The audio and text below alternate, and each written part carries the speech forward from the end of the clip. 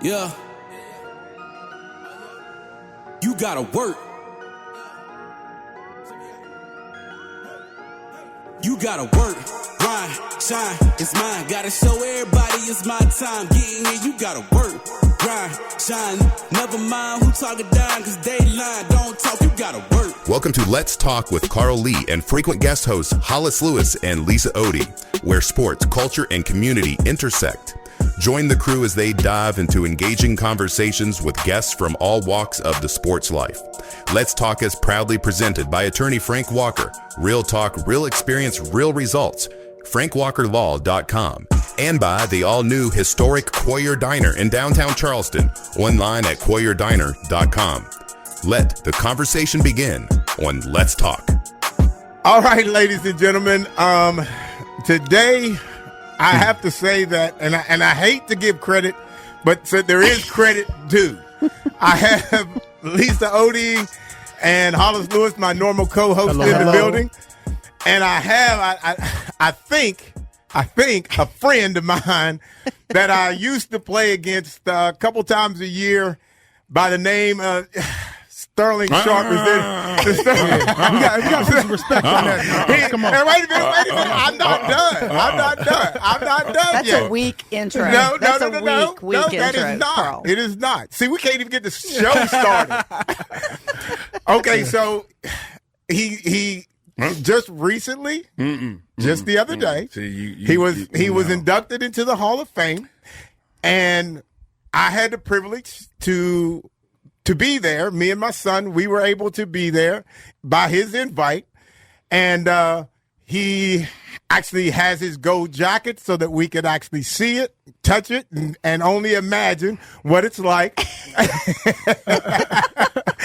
And he is putting it on now, just so that everybody knows that he's got it on. No, it's just a little chilly. I said that earlier. Try for him to be a gentleman and let me wear the jacket. I'm chilled.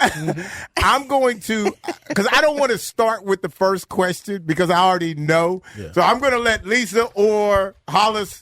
Lisa, I'm going to start with Lisa since she's a Packer fan, unfortunately, and she has a cheese head. She brought a cheese head in with her. Cheese head because I was so excited to have Sterling on the show. Yes. Well, okay. So I get the first question. Yeah, you get the first question. Well, first of all, Sterling, thank you so much for being on our podcast. Carl tried to pull this, surprise birthday party stuff on Hollis and I saying, well, I suggested we'd already talked about Sterling having like a tribute type of podcast tonight in honor of you being inducted, into the Pro Football Hall of Fame. And so I said, well, maybe he could call in again, and he left us hanging. And then this morning I asked Hollis, I said, did you know? He sent us this text like, well, actually he's going to be in the studio. And I was like, what? So I was like, it was so exciting. But anyway, so I'm going to go back, Sterling, to the speech that you gave at the Pro Football HOF ceremony. And part of it, when you were speaking about you and Shannon and your early life experiences in rural South Georgia. And one of the things that intrigued me that you stated was at a young age that you and Shannon really didn't have a whole lot of male figures or role models in your life. You were basically raised by these strong women, part of your that are in your family. How did that guide your career in football and your outlook on life in general? Well, the biggest thing is we had tremendous role models that were farmers. Oh, okay. We had tremendous role models that were deacons at our church. But if you are an athlete, you're trying to look and find someone that you might want to try to be like. But growing up on the farm, we never had that. Right. And so for me, wanting to be a football player my entire life, I wanted to be sure because I wanted him to look at me as that. I didn't know what he was going to be or what he was going to do, but I do know I wanted to be his everything. Sure. And so that was what part of my motivation was for my speech, which I came up with about 15 minutes before I spoke. I assumed that too. I did. And also, my brother has been adamant about saying that my journey to the Pro Football Hall of Fame was harder than his because I was first.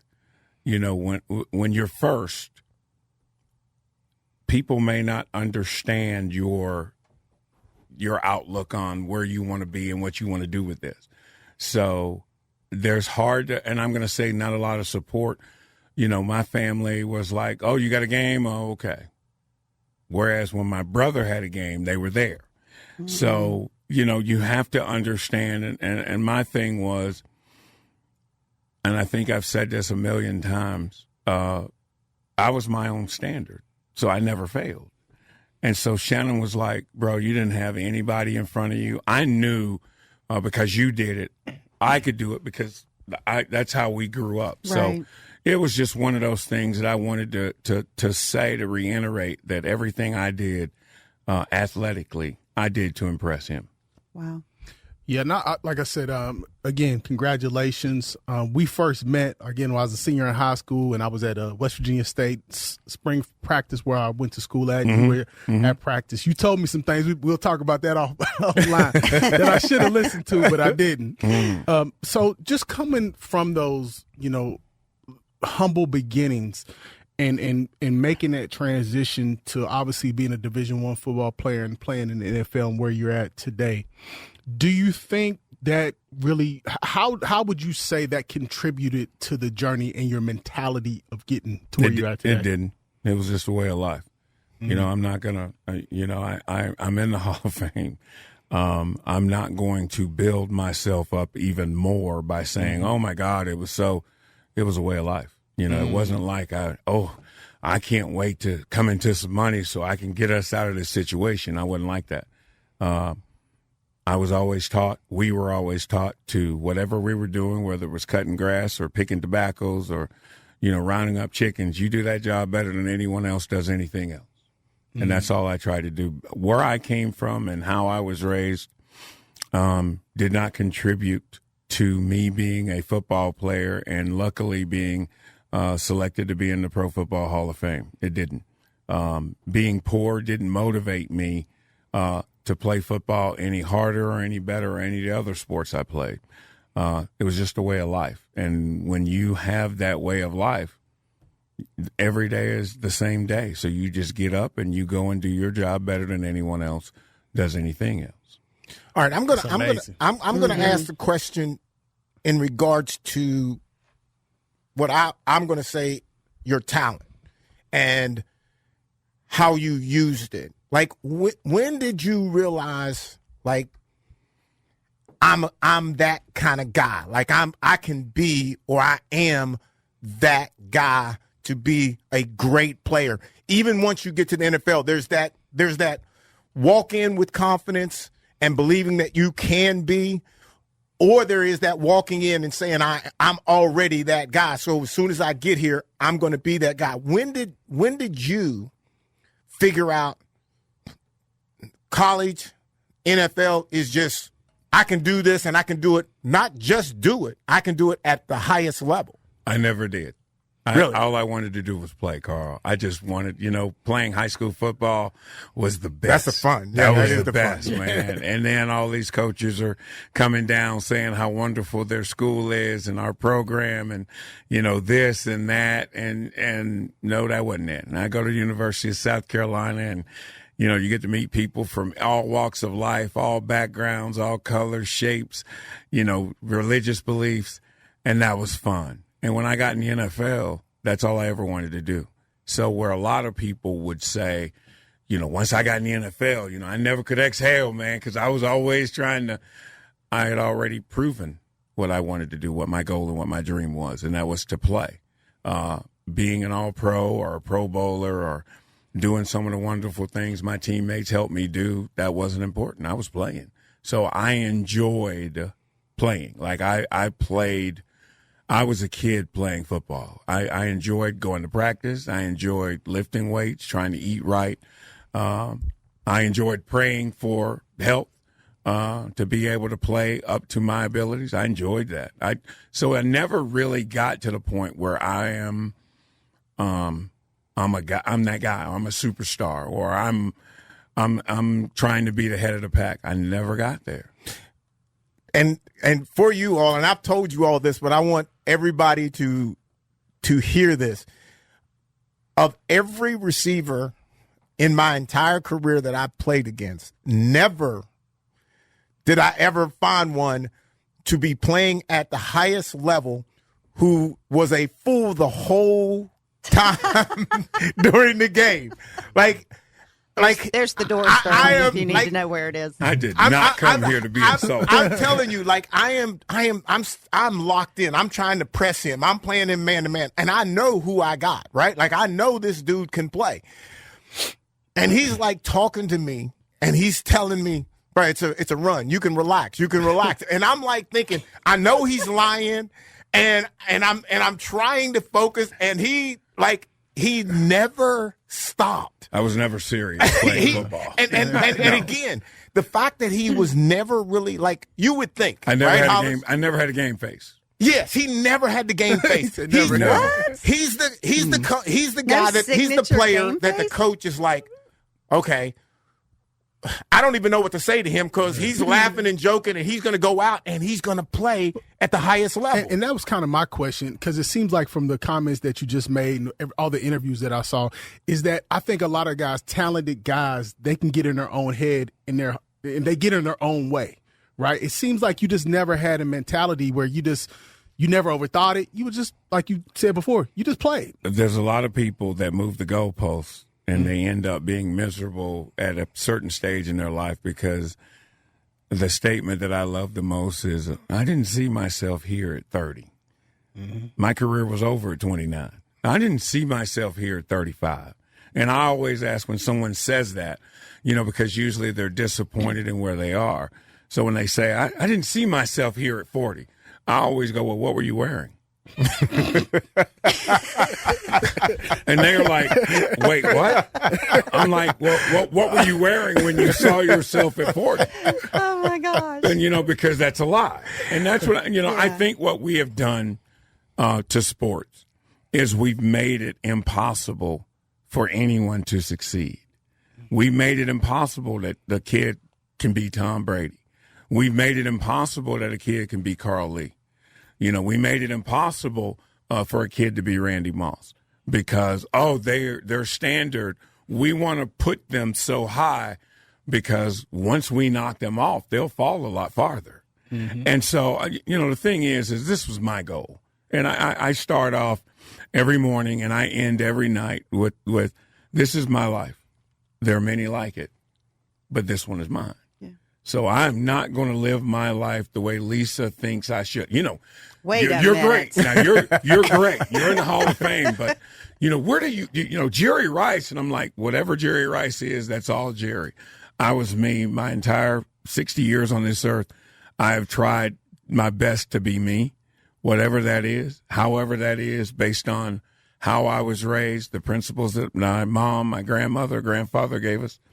And so if I could do that, and I would say this, even before I was a Hall of Famer, I could have a conversation about my career with anyone. Yeah. Because I was happy with what I put on film. A lot of guys can't do that because they're thinking or trying to outthink you that, Carl Lee played in the NFL. I wasn't Carl Lee, but, so they try and either build themselves up or they recognize the company and they try and lower themselves. I never had to do that because I was my own standard, so I never failed. And I think that's the thing I'm most impressed with, right? Because I think that even guys at the highest level, they have those bitterness when they don't get those accolades and when things don't go right and when they're not praised to a certain level and degree. So for you to almost, I won't even say be humble, but just to be content with what you did, what you accomplished, and did what you set out to do, and let it fall there, and then you can judge it however you wish to judge it. Well, in our Bibles we read that, if you seek the Lord with all you have, all the rest of this stuff will be added to you. Mm-hmm. So I only wanted to play. My first high school coach, William Hall, taught me that it's okay to pray for the other team. It's okay to pray for their health and well-being, for their safety. And it's okay to ask God not to let us win or to help us win, but allow us to play like we practice. Now, whatever that outcome is, that's a mirror shot. You're looking at yourself. And so I've always felt that what I'm doing this for me. I never did anything for public consumption. 90% of the people that haven't met me don't like me. 98% of the people that have met me aren't sure if they like it. Well, we in the 2%, because I never did we're part of anything that to be 2%. well liked or to make friends. Yeah. Hey, so I have a question for you, Sterling. I'm going to go back to your career with the Packers from 1988 to 1994. Of course, I've seen videos of you and reels and clips of you saying that you're a Green Bay Packer for life, that you're, that is your team, you're dedicated to that team. But then I ran across today something that kind of, sparked my interest, and it was a video of you talking about after you had your injury, your season-ending injury surgery, that the organization never really reached out to you after. That was and that bothered you. Can you tell us a little bit about? Didn't bother me. I was disappointed. Okay. I had, I knew I had this issue with my neck from C1 to C3, I think it was. I was born without a ligament attached to your dens and your spinal cord, whichever doctors out there, they know what I'm talking about. And so every time I would suddenly move, I would bump my spine. Okay. So when I had the surgery, no one from the organization, the Green Bay Packer organization. Now, when I say no one, no trainer, no coach, no player, no front office person, no secretary, no one. So do you still feel dedicated to the Packers, though? Do you still feel? It ain't got nothing to do with them. That's the whole point. Okay. Is it has nothing to do with them. Okay. They didn't, I was disappointed in the common decency of a man to be able to work with, alongside, get to know, and not be concerned with the health and well-being of another man that they know. So I was disappointed in that, yes. But you know what? I slept really good after I got out of my brace.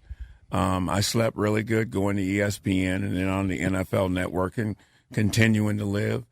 I found it very interesting, though. Now, granted, these are two totally different people. Mm-hmm. I found it interesting that when I was at my perceived lowest point, 29, my career is over. Mm-hmm. I could go in and have surgery and not walk again. I can go in and have surgery and die on the table because of where my injury was. And the fact that nobody reached out, but then once I, got selected to be a member of the Pro Football Hall of Fame, I heard from a bunch of people that I didn't even know. So I found that interestingly odd. But like I said, it never hurt, never stung, never mad. I was just disappointed. Sure. And some of those people that were there during that time, I heard from. And, I'm really trying to be better at not meeting people where they are, because I was real good at it. So if you gave me attitude, I was real good at meeting you there. And so I accepted their congratulations, but I know that I'm here for a reason, and I don't know what that reason is, which is good. But the Green Bay Packers are my organization. I don't have to be theirs. I got an opportunity to play for that franchise for 7 years, and without them, I'm probably not wearing this jacket. Awesome. Can you give me, if this is even possible, if you could give me the moment that you were walking out and your brother is standing there and you're heading toward him, can you even reflect on what that moment was like? Or you're talking about yesterday before? During the Hall of Fame? During the Hall of Fame, yes. To build up is he was more excited about me being a Hall of Famer than I was. And so his prayers were probably a lot louder than other people who wanted me to be a Hall of Famer, because I think he understood what kind of player I was, and that the only thing people would always say is that I didn't play long enough. I mean, even this weekend in Canton, I had people saying, congratulations on being a Hall of Famer, but boy, if you would have played longer, you'd have all the records. And I'm like, wow, still ain't enough. But my brother's my best friend. And everything that he has gone through, I've gone through with him. Everything that I've gone through, he's gone through with me. So you're talking about my brother looking at me and being like a proud father or a proud little brother or a proud parent. So, yeah, that was really good, really cool to see his face, to look at his face. And like I was saying about my speech, I always knew that I was going to start with Coach Hall because that's how I started playing. And I was going to end with Shannon. But I didn't know how to orchestrate or put that in order. And it was funny how, as Jared Allen was talking, it kind of fell into place. And I was like, I don't want to think about it, just let it out. But when you standing there looking at his face and him crying and tears of joy, that was a pretty cool moment. It really was. I was going to say, I just can't imagine it. And I'm sitting there, me and Dominique are sitting there, and we're like watching this, man. And it's like, I don't know if I could even feel like what you guys were thinking and feeling amongst each other. But it was like, I was so proud. Like it was almost like my brother just went in, you know what I'm saying? Because I had gotten to know you well enough, good enough, and could understand, because all those guys that I covered, all those people that I covered, and people ask me, who is this? Who's the best guy?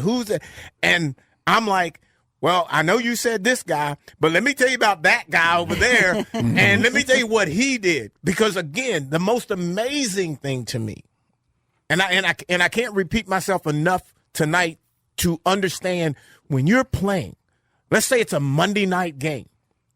It's a prime game. Everybody's watching. It's Vikings and it's the Packers. And it's Sterling Sharpe and Carl Lee. This dude is laughing and joking.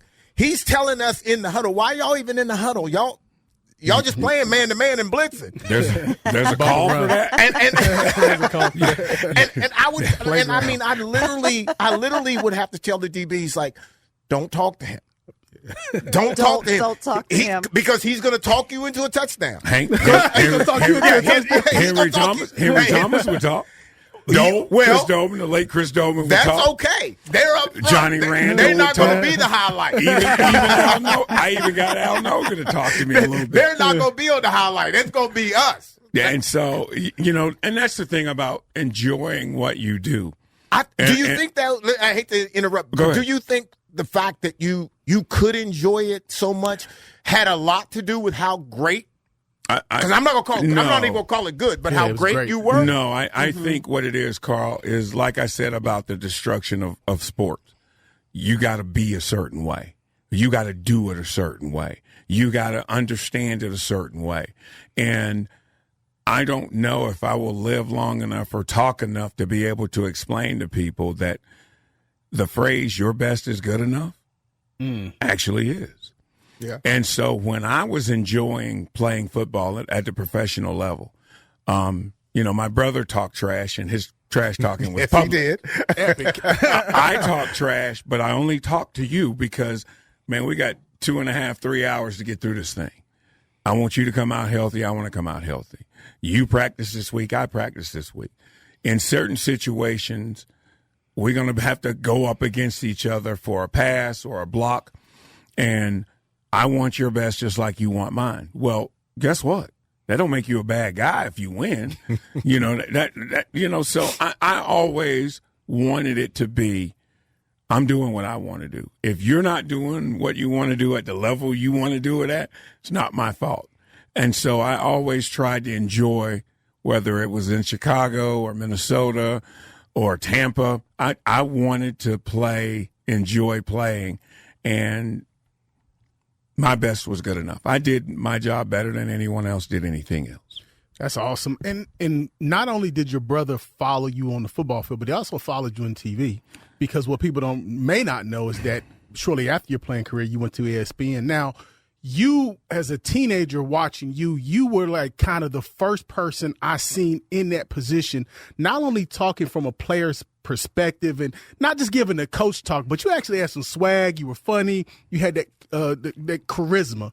So I was me. You was but you. Go ahead. Don't see, I was you me. can't give him I that kind gotta of give stuff. him the props. I was me, but go ahead. Because I think what people don't realize is like you were sort of the first generation of that, to have a former player come on television and not just be a robot. But I think, Hollis, not to cut you off, No, but go I ahead, think brother. that's the problem. Yeah. The problem is we all are. It's so funny how our careers differ. But here we are on this day at this time sitting in the same place. Yeah. I mean, here we are how our careers differ, Lisa, and here we are sitting in the same place. So obviously what you did worked. Mm-hmm. Obviously, Hollis, what you did worked. Here we are. You know, as great as somebody may say or think we are, we're sitting in the same place. Yeah. And I think what we've done to sports is we have made those we want superhuman, and we have minimized those we want. We have made them minimal. And my whole existence has always been, and not an act, but to be me. Mm-hmm. And if you like it, that's wonderful. But if you don't like it, you live in West Virginia. I live in South Carolina. So if you don't like it, I don't care. I want to deal with it. And I think that's the biggest thing is just people will talk about being themselves and do everything they can to be what you want them to be. That's 100%. And that is so confusing that they never get. And I've adopted this about 10 years ago, the difference between joy and happiness. Happiness can be taken away. Joy comes from within. It cannot. And so a lot of people give up their joy because they're trying to make you happy. I love that. And now, have you ever thought about kind of getting back, whether it's podcast and whether getting on a There's too ESPN many show? people talking. Okay. There's way too many people talking in podcasts. Including Carly. There's Hold on now. I didn't want to say that. That's okay. This is Lisa's last day. Well, I'll see myself out. there's way too many people with an opinion. Yeah. And there's way too many people with an opinion that's not educated. I mean, and I think what a lot of people don't realize is how powerful that mic and this tongue can be. Yeah. And so, for instance, if you go, well, give me your Mount Rushmore of wide receivers. And I go, I like Fred Barnett, Wayne Corbett, Jake Reed, and James Lofton. And people are going to go, what? I'm going, I thought you asked me for mine. Did you ask me for mine to give you your Mount Rushmore? and I think we have fallen because of everybody has an opinion, everybody has a mic, everybody has a camera phone. I think what we have done or what we're doing is we're ruining sport. So when guys get asking questions, they're trying to think while you're asking a question, you're not getting the honest answer. So if I can't tell you an honest answer, guess what? How about we just not talk at all? Yeah. Oh, I like that a lot. All right. So I'm going to go back to the Hall of Fame game. I saw you on TV. I saw your interview during the Hall of Fame game, right? And so it was the Chargers versus the Lions, and it was the traditional kickoff game for the NFL preseason. So, Sterling, what are your thoughts about preseason games? Do you think there's enough of them, too many of them? Do you think, it's a predictor of future success for the season? I don't have to play, so I don't care. Well, at least you're honest. I mean, honestly, the thing is if you don't think everything that we do is about money, you're killing yourself. Yeah. So, as a player, guess what? If we'd have played 2 preseason games, then that's what it was. Okay. If we'd had to play 6, then that's what it was. I always used to say to myself, I never want to say when I played. We used to do 2-a-days for a month. Yeah. and we were hitting. In those 2-a-days. I don't like comparing myself or my era to what they're doing today. Sure. I just sit back and don't watch it because I play golf, so I don't really concern myself. I don't really concern myself with what they're doing, but I don't have a thought on if there's too many or too little. It's like NIL. I don't have a thought on guys making $1 million or $2 million on their name, image, and likeness. And what would you have made? Well, I don't know because we didn't have it. So there's no sense in racking my brain, going back, making myself angry because I didn't get NIL. Right. I find it interesting because like I don't really particularly care to watch football today either. Like I don't have that as a thing. Like I don't carry that. I don't even want to carry that as a person, you know. And I think what you have kind of done is I'll say you have forcefully put people uncomfortable to come at you with football, you know. And I think on my side of it, I'll accept somebody having the conversation. I'll listen to it, but it's not really something that but you really want to reflect on. And I get that people really want to hear it from you when they're talking to you. They want to know, like, and can tell me who's the best receiver. Tell me this or tell me that. And I know that's important to them, but it isn't something really that you're really going to even understand. I gave him an analogy of him and Rice of who I would think is the best player, which would be him, and not because he's in the room. Maybe you said that before. Yeah. I've said that forever. Mm-hmm. But somebody who's a Rice fan is going to be like, well, how do you get that? Yeah. Like, how do you get that? They try to give you their opinion to you. I saw them both. Yeah. You know what I'm saying? Like, I sit in front of them and try to put my hands on them, and I can make that judgment. But I just to go with that, though, I think for the average listener, it may be hard for them to comprehend how gentlemen who have reached the highest highs in the NFL don't have that sort of, passion for the game, or they don't want to watch for football. The love for football. Mm-hmm. Because as a fan, they talk to us like we're fans. Oh, okay. As a fan, I want you to enjoy what I enjoy. I'm like, so you're telling me it's fun to go sit in traffic for 45 minutes to an hour? You telling me it's fun to sit in Somehow I don't think Sterling would have to do that, but I don't know. Maybe I'm just going. You know I'm what? reaching. I'm kind of reaching here. I think I want a burger and a beer. So I'm going to go and miss the entire first quarter to get the burger and the beer. Now I got to go to the restroom, and I got to stand in a line for 45 minutes to go. That's fun. Okay, then you keep having it, because I'm going to make it one less player or person that you have to deal with. But it goes back to being your own standard. Everybody wants to compare this person to that person.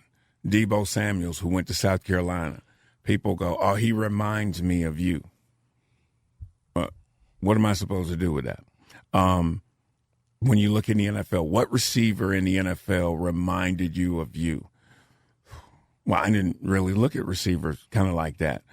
So everybody's not asking a question because they want an answer. They're asking a question because they want an answer that they can debate or kick around or take to work. Yeah. So it has nothing really to do with the answer you give.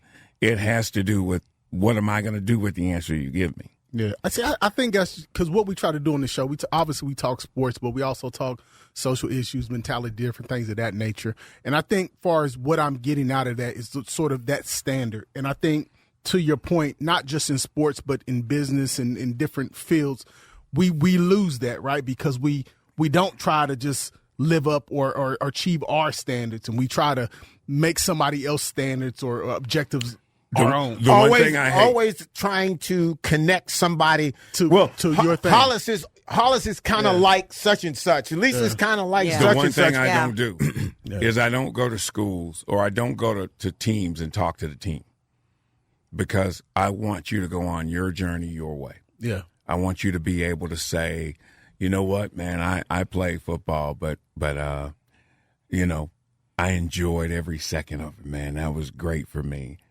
Playing a lot of golf and a lot of pro-ams, I get a chance to play with college golfers. And it's so interesting to be like, hey, Hollis, where'd you go to school? Oh, man, I just went to a little school up in West Virginia, man. Wasn't nothing big. I'm like, wait a minute. So you went there, got an education, got a chance to play golf. But you're going to put your school down now because 100%. it wasn't South Carolina? 100%. Yeah. That's Man, what we're doing. I hate that. That is a legitimate one. I fight. hate that. That's what I'm doing. I hate Hey, that, where'd man. you play football? Oh, I played at Metro State, man. Just a D9 school, out in the middle of nowhere, man. That word just. But I'm like, oh, D9. but you went there, you got an education, but now you're going to minimize the school that gave you a chance to continue to do what you want to do. 100%. And that's just basically, I'm going to try. Well, he went to South Carolina and he was an All-American, so I'm going to try and lower my standard because it doesn't come close to his standard. Yeah. And I think that's another one of the things that we do in sport. We don't enjoy it for ourselves. We enjoy it for whatever I can say, do, or for other people. I'm either going to make you look good or I'm going to make you look bad with my view of sport. That's how we look at it. So Sterling, I'm 100%. gonna bring up a subject that's near and dear to Carl's heart, and that would be Aaron Rodgers. So we know that he's starting his journey with the Pittsburgh Steelers this season, and he's already come out and pretty much said, I think on the Pat McAfee show and several other venues, that this will probably be his last year. What are your thoughts about his career and him coming to the Steelers this year for one last hurrah? That's a hard question to answer based on the way you asked it. Okay. Is there another way you could ask that question? Okay. Let's see. Let me put it in different words. So he's definitely, or he's not definitely, he's said on different social platforms that he's retiring this year. And so he was on the fence, after he left the Jets about So he's whether- already retired. That's what you're saying. You're saying he's already retired. I got to follow up on that. You're saying he's already retired. Do you think so? Because I said he was on the fence about coming back? Then you're already retired. Yes, I would 100% agree with that because I don't know if he's ever said that Now, publicly, but he took long enough I don't know if to make that decision, which makes me think that. my thing is I should never have to tell you how good I am. Because if I got to tell you how good I am, then if I have to tell you what I did, I probably didn't do anything. And Good point. so when, studying psychology, when someone says to you, "Can I be honest?"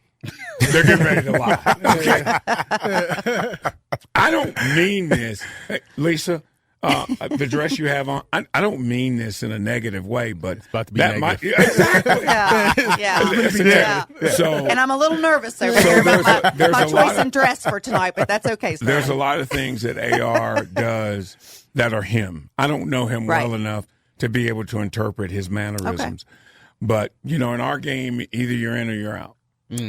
Makes And sense. if you're not in, then they will kick you out, whether it's through an injury, Right. whether it's through your teammates not believing in you. Okay.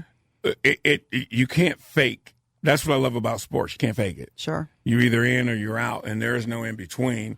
And a lot of people fail in sports because Hollis ain't in it. He's doing it for me. Okay. And I think that when I look at Aaron Rodgers, he's always been a good friend to me. He's always been a good, I think a really good player. And I think if everything falls their way, they could be a really good team. He throws it too well. I think he sees the field too well. I think he orchestrates way too well. And I think if they can protect him running the ball enough, play action pass game, he's one of the best. Yeah, I think for they sure. could be successful. And whatever that is, I think they'll have a winning record. Great. Yeah. See, my fear is if they don't protect him, I don't know if he's able at this point to take enough hits. He's very mentally advanced. He knows how to protect himself. I mean, the ones you don't see, that's hard. But when he's he knows who's going to get there first. He knows. He knows that it's going to be this guy or that guy. So you know how to position yourself. You know how to position yourself to absorb the contact where it's not how it looks on TV. I think mentally he's a lot stronger and a lot sharper than people want to give him credit because. Right now we don't like AR. We don't like the fact that he's aloof sometimes, and we don't like the fact that he wants to go to Egypt right before training camp or mini camp. We don't like those things because we don't or we can't do it. So I think Aaron has been in the league long enough that he knows a lot of the tricks of the trade to be able to survive it. All right, cats and kittens, have you heard? The Warrior Diner is back. Step into the classic vibe of one of Charleston's most historic restaurants. Don't miss the daily Blue Plate specials. Breakfast served all day, every day, and free parking. With an outdoor patio covered for the summer, an elegant basement bar, and customizable event space, 1022 Warrior Street offers an experience unlike any other. Open 7 days a week, 8 a.m. to 3 p.m. Visit WarriorDiner.com for all the need to know and relive the good times at the Warrior Diner. Let's face it, bad things happen to good people. Seriously injured in a car accident, trucking accident, or even wrongfully arrested. Life happens, and when it happens to you, you will need sound legal advice and aggressive representation. That's when you call attorney Frank Walker at 304-413-0179. That's 304-413-0179. Lock it in your phone, text it to a friend. 304-413-0179. Or visit online at attorneyfrankwalker.com. Let's Talk with Carl Lee is presented by attorney Frank Walker and the all-new historic Warrior Diner. Come in on episodes, ask the crew questions, or suggest topics on our Facebook page. Search for Let's Talk with Carl Lee and remember to like the page to become part of the conversation. Subscribe by searching Let's Talk with Carl Lee on your favorite podcast service and tune in Thursday evenings at 7 or Sunday nights at 8 for Let's Talk with Carl Lee. This is Let's Talk with Carl Lee. Now back to the conversation. Now I want to go back because, a lot of us, I'm not going to say a lot of us, but some of us. Okay, see what he just did? What? See, that was a tell. That wasn't a tell? A lot of us. Well, I don't want to say a lot of us. Well, because I ain't trying to put all brothers in that box. But, some of us, who cling on to sports, we from the projects. I was from the projects right here in West Virginia. And I've heard your brother allude to your upbringing, but I did not know until that interview the other day. I mean, what you guys did for money, your hustles, the hay, rounding up the chicken, the rabbits. I mean, 1,000 chickens for, what was it, $1? $1,000. $1,000. So, because when I first heard it, I thought it was $1 per chicken. So I was like, $1,000. That's pretty good. $1 $1,000. $1,000. So yes. You said you would make around $10 doing it. Yeah. So that's 16,000 chickens. If the four of us went in a chicken house that had 10,000 chickens, we got $1 1,000. So we made $10. So just walk us through that. So does that entail like you have to like physically grab them and put them on the truck? Or okay, what are we doing? So back in the day when we were doing it, let's say it's the four of us. So let's say Carl would be a catcher. So his job is to catch. So you do it at night because they call them chickens for a reason. That's why you can't run up on them because they're going to run away from you. So at night they can't see. And so they'll all huddle together. So Carl is the catcher and the three of us are carriers. So we're either 3 and 3 or we're 3 and 4. And all we do is we walk and take him to the truck. He's catching. So it could take you anywhere from an hour and a half to 2.5 hours. And you're talking starting at 11 o'clock, and you're talking about finishing at 1. Okay? Now you got to go home. You got all this chicken stuff on you. Well, you're not just jumping into bed, are you? No way. Okay, well you don't get off. Okay, so now you don't have running water. So the water that you have, you're going to have to heat up. So you got to wait for that to happen. And so now you're not in a bathtub. You're in a what we would call a wash tub. Mm-hmm. And so you are leg in and, you wash your body like you wash your car from the top down. So you wash your face and you work your way down. Well, now it's 3 o'clock. So now you get into bed and guess what? You got to be ready for the bus at 7:30. Or, when I started driving, you got to be at school by 8.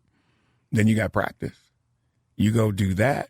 And then guess what? You do a little homework, and then we right back catching them again tomorrow. Wow. And I guess that's what I'm saying, because to me, I'm just amazed because it's a way of life, Hollis. Don't be amazed. But what I'm saying is that, and I understand serious. What you're saying. Don't be I amazed. love that, and I love it because a lot of people who come from where I come from in similar backgrounds, we walk through life with a chip because of that background. But you and your brother, y'all don't. like you said, my brother just a does. way of life. My brother, and I said this. It's amazing how two people can look out the same window and see two totally different things. Yeah. That motivated him. Mm-hmm. Had no effect on me. And that's amazing.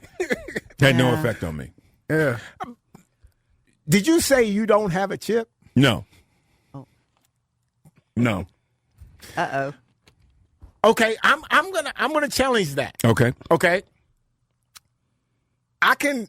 So during your time playing, and even after your time playing, you have the ability to be distant with people.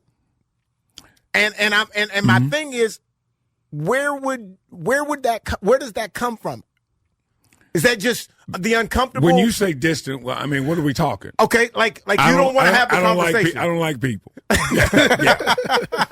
Okay, I avoid people as much as humanly possible, and it's hard. And where? Okay, and again, now think about this.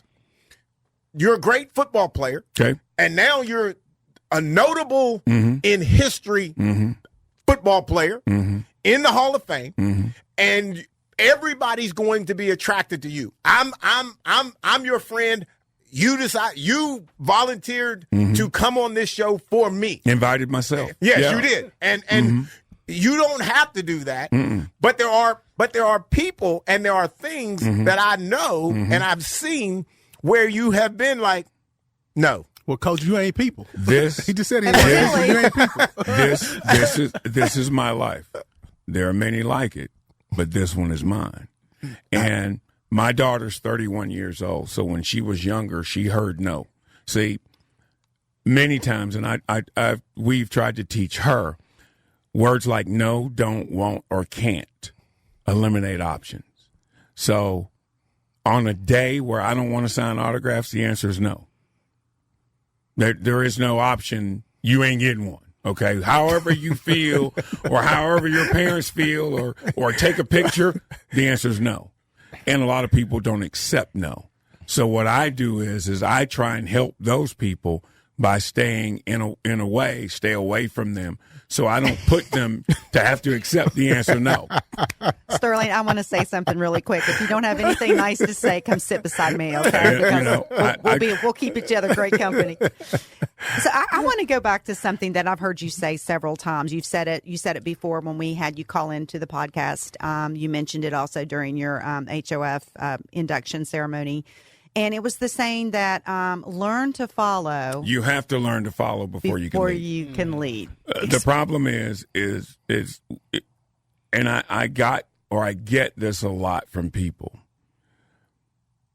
We as a society have gotten so strong that we don't ask for help. We don't know what we're doing, but we want to ask for help.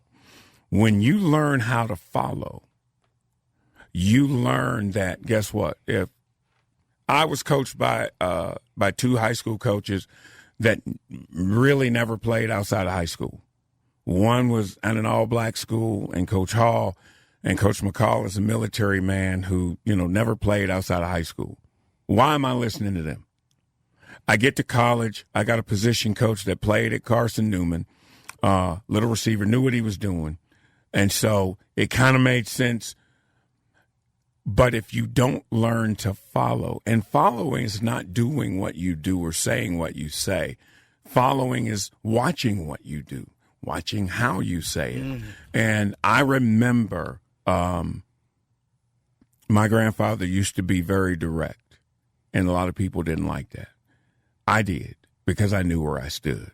I always liked letting you know where you stand, because a lot of people aren't sure if Hollis likes them. So why don't I just let you know where we stand, and then we can develop our friendship around that. When I'm thinking for you, it gets you in trouble. Learning how to follow it's a difficult task, because that means you know more than me. I used to always tell my daughter, I've already been your age. You ain't never been mine.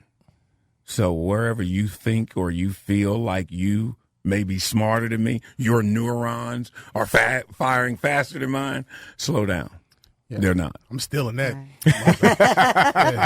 You might. So you're doing that tonight? I got 4. Yeah, I'm doing that tonight. So and to that on that same vein, Lisa's question, you towards the end of your career, you had this new coach, John Gruden. Mm-hmm. And to that point, I believe you probably applied those same principles because, I mean, you're in, you having all the success, and you have this new coach essentially teaching you a new way of sort of looking at things. Yes and no. Okay. Buddy guys taught me body position. Now, you talking to a consensus All-America leaving the University of South Carolina.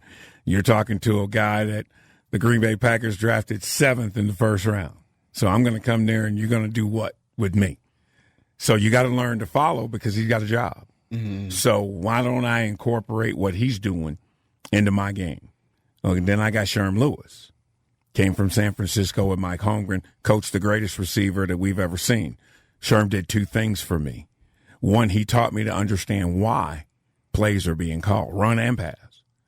And the most important thing Sherm did for me was he never mentioned me and Jerry in the same sentence. So he never took away my confidence or made me feel inferior. When I got John Gruden, he took my game to the absolute highest, which is probably why I was okay with my career ending.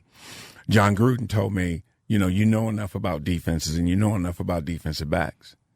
Study other receivers so you can incorporate what they do into your game. I mean, just imagine, I'm coming off a year where I had led the league in catches, yards, and touchdowns. Triple crown. And I got John Gruden telling me we're going to do this. Well, in leading the league in catches, yards, and touchdowns, I set an NFL record, which I broke under John Gruden. So learning how to follow, and John Gruden is a small white quarterback from Dayton. Played quarterback at Dayton. So what does he know about playing receiver? But when you learn to follow, you understand that they got jobs to do and that they're in your life for a reason. So the biggest thing is I'm here for a reason. I'm not here only because I wanted to and Carl's one of my best friends. I'm here for a reason. So I think what I'm saying on these airways is supposed to be heard by someone. And so what I got to remember is don't mess this up. You got a truth to tell the truth. I don't need to exalt myself anymore. I got a gold jacket that I didn't want, but I got it. I got a chance to play in the NFL, which is the only thing I ever wanted to do. So in giving back some of the knowledge, this is some of the things that I have to do. Love it. Yeah. And, to your point and kind of closing this out, but Pete Carroll was that guy for me. Mm-hmm.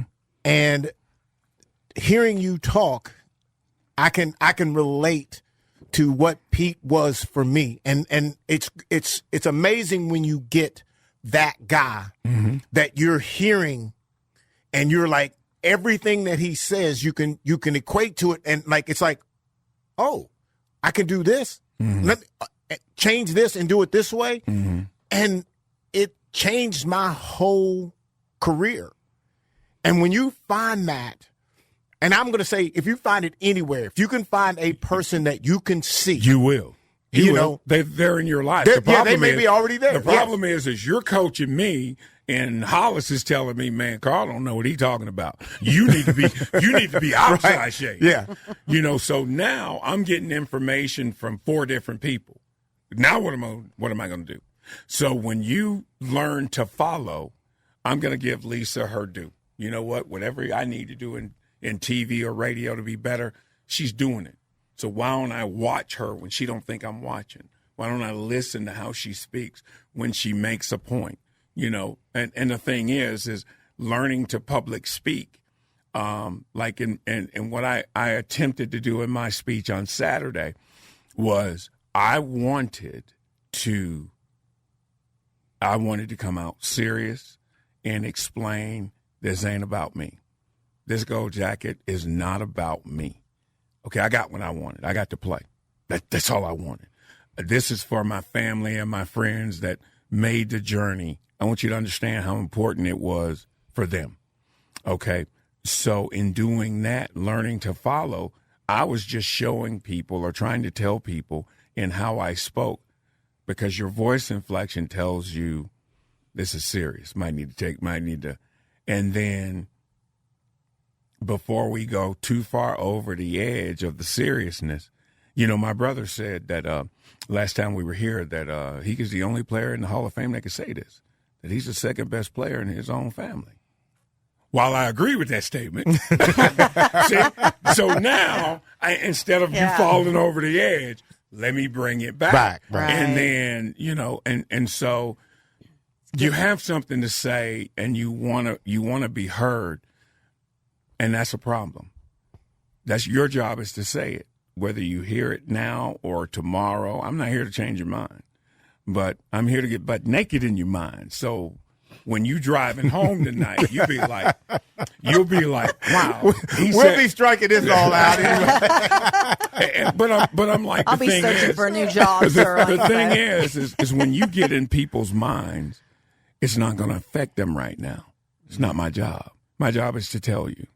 I'm a messenger. Let me tell you this. I'm not telling you to do it my way. I'm telling you so you can figure out how to do it your way. Because what I had was I had some really strong men that I followed, and the guys that I talked about, and Buddy and Sherm and Coach Hall and Coach McCall. I had some really strong women that I got a chance to follow. I mean, when I first got to my first Pro Bowl, Carl adopted me. Hey, man, you hang out with us. We're going to do this, and this, where he could have easily ignored me because I'm a newbie, I'm a first-timer, and he didn't. And that just showed me that I could be that. I could just be me and enjoy meeting new people. And meeting him, I got to know Donna. I got to know Carlton. I got to know Nay, his sisters and his mom and his dad. I got indoctrinated into the family. And so just because of him being who he is. And so I think what we have done a horrible job of is my daughter didn't have an opinion until probably 18. Because you only get an opinion if you paying bills or you got responsibilities. Yeah. Now, I learned to follow that way so I can lead that way now.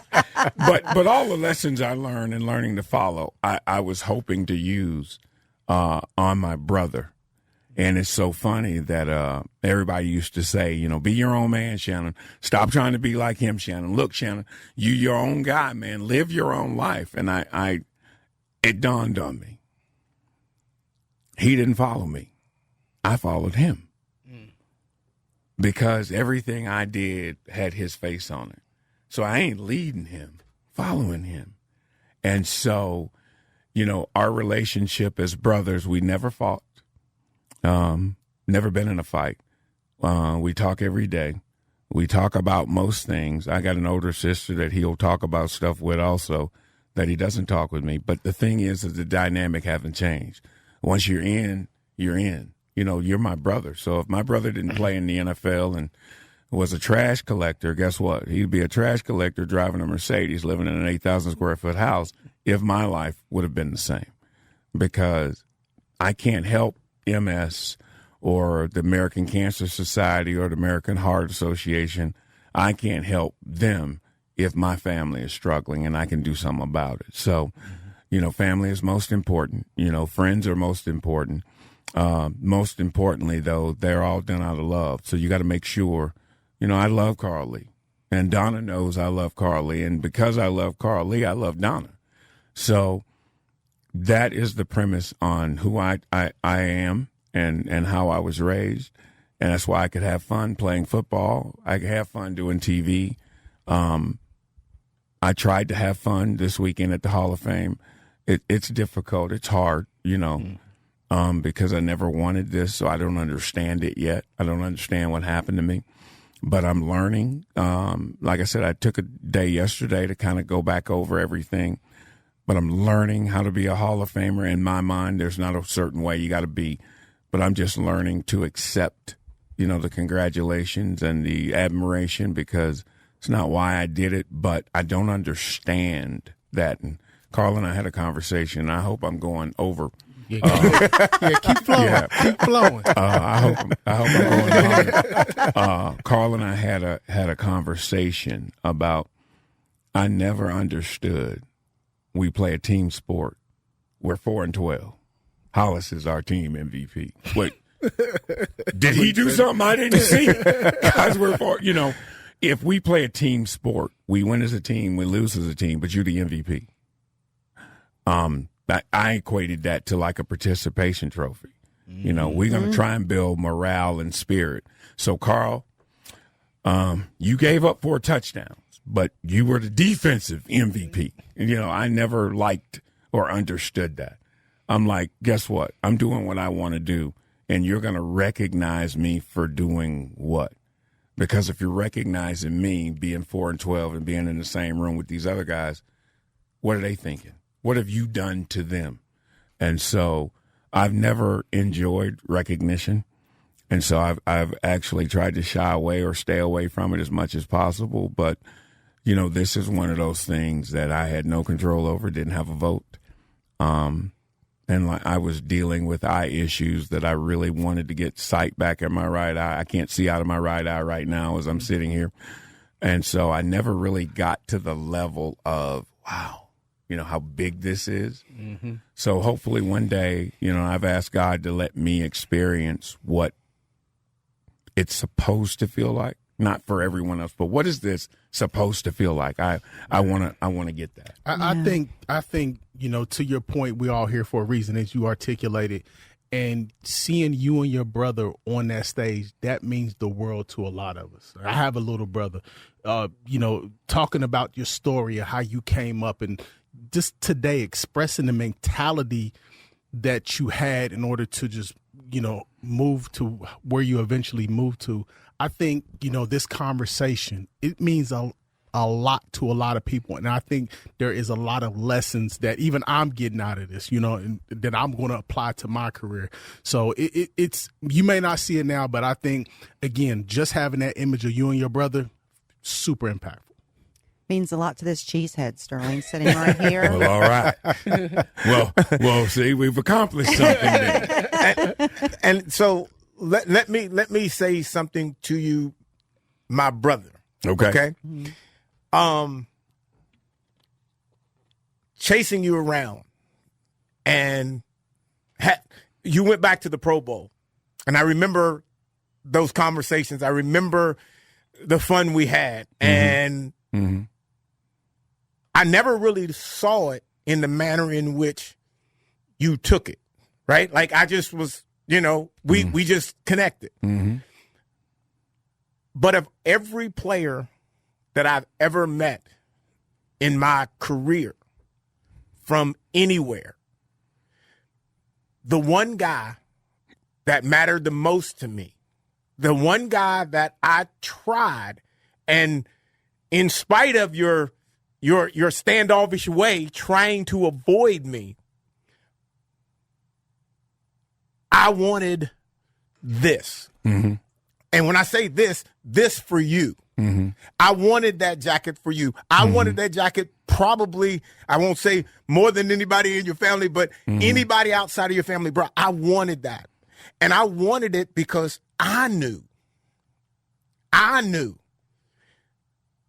the guy that I chased around, that number 84 in green, who kept laughing, laying on the ground laughing, was teaching me something about the game, how to have fun. Mm-hmm.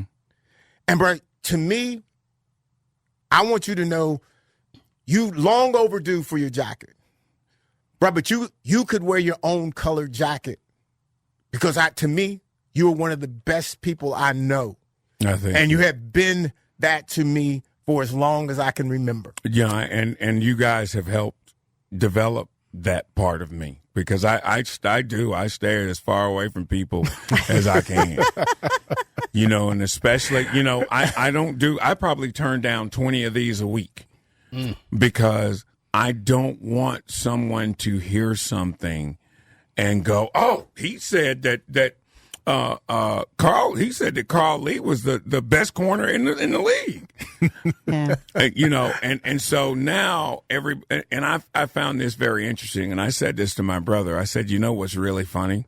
All you guys do is you take a topic and you'll say something crazy, and then Hollis and his podcast will grab that, and they'll spend an hour talking about that craziness, that you did, the formula. And then Lisa, that remark. Yeah.